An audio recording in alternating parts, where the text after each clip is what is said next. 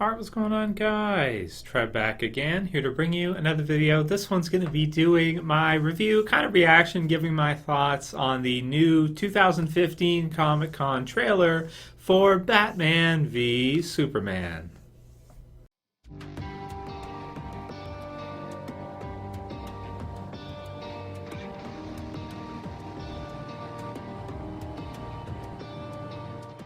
Okay, so I'll put the link in the description to this one so you guys can go ahead and check it out. The movie's going to be hitting March 25th, 2016. And, of course, it's going to be a big movie. This trailer is not the first trailer we've had, but it's a big trailer. You know, it's actually on the YouTube front page right now, so it's the hottest video on YouTube right now is the actual trailer, which is good to see, because it should be. I mean, this is the first time we're going to see Batman against Superman, you know, on opposite sides of the fence here. I mean, it looks pretty awesome. It's a great concept, I think. It's definitely one that will get people talking, and will probably draw in huge audiences, probably the biggest we've seen for a DC pull yet, I would think, for a movie.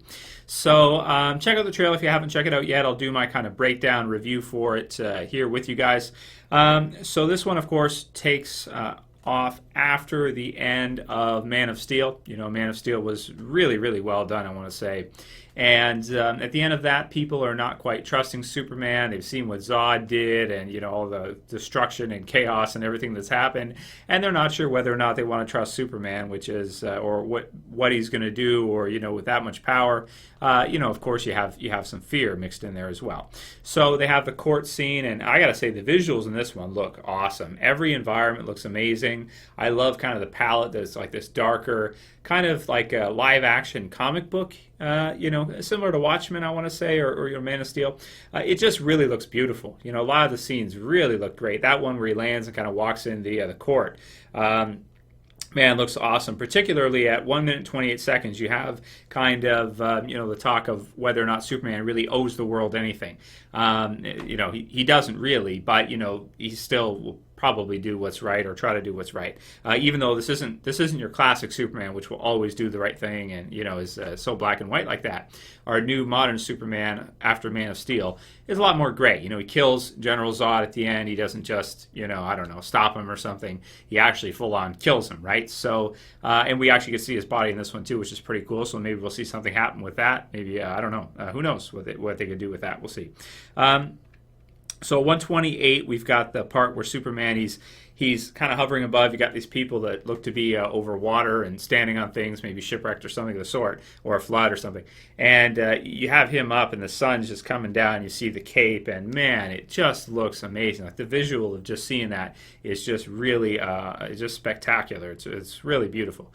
Some of the other parts too, you've got the Wayne Tower, which gets destroyed financial and kind of comes crashing down with the beams that came through it, and then it goes down. Not sure exactly what would have caused that. Maybe there's some info online I can find afterwards, but nonetheless, you know, we're starting to see why there's this kind of rivalry between Batman and Superman, and why Batman feels like he's going to have to stop him. So it's not exactly the same as The Dark Knight Returns, which is good. They've kind of done a switcheroo where rather than Superman coming to stop Batman, it looks like we're going to see the opposite. Batman will be trying to stop Superman, which is cool.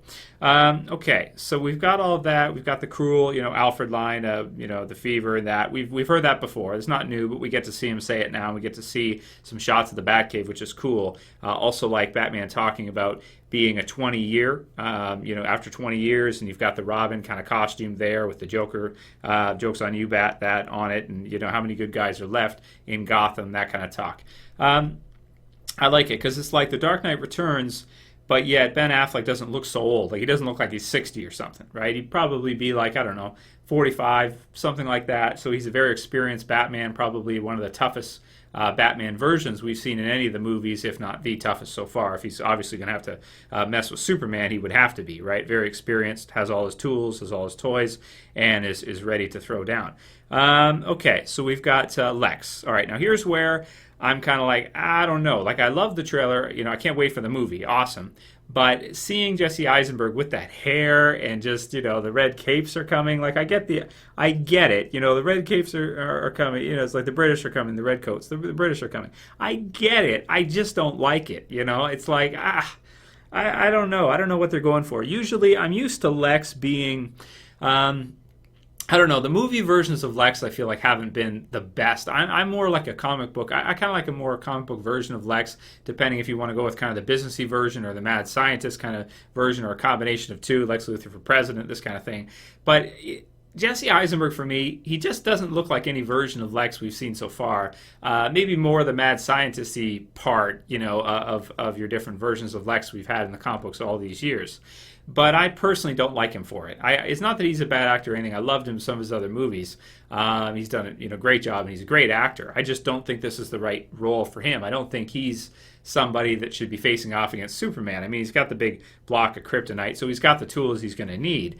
But I don't know. I just don't. I don't know how I feel about it. So I'm not that happy about him being there. I think maybe Bryan Cranston or somebody else might have been a lot better for that.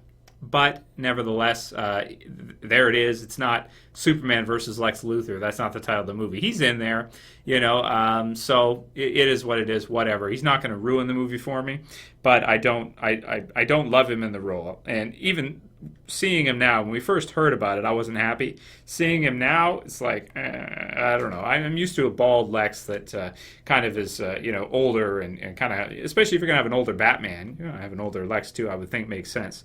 So there's my thoughts on that. So that's the one thing on this trailer or in the movie I'm not really that stoked for.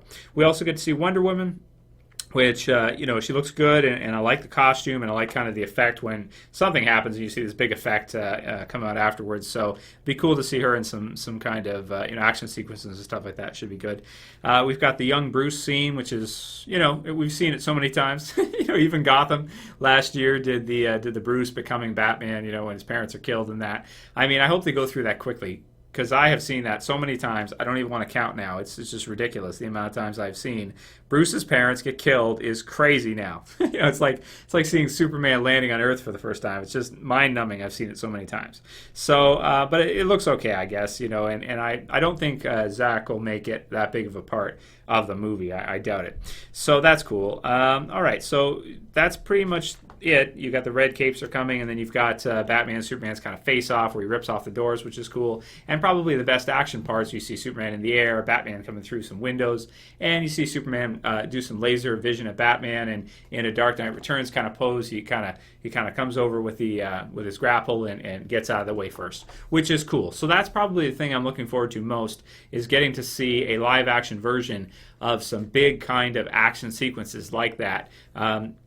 With kind of your high-flying, Superman, high-flying Batman, clinging to walls and doing stuff like that, which is something that we haven't really seen in a live-action movie so far. I mean, we saw some stuff in, the Dark Knight series, with Nolan's Batman universe, but it was like more of a realistic take on it. This is more kind of a comic booky take on it versus that kind of more realistic one.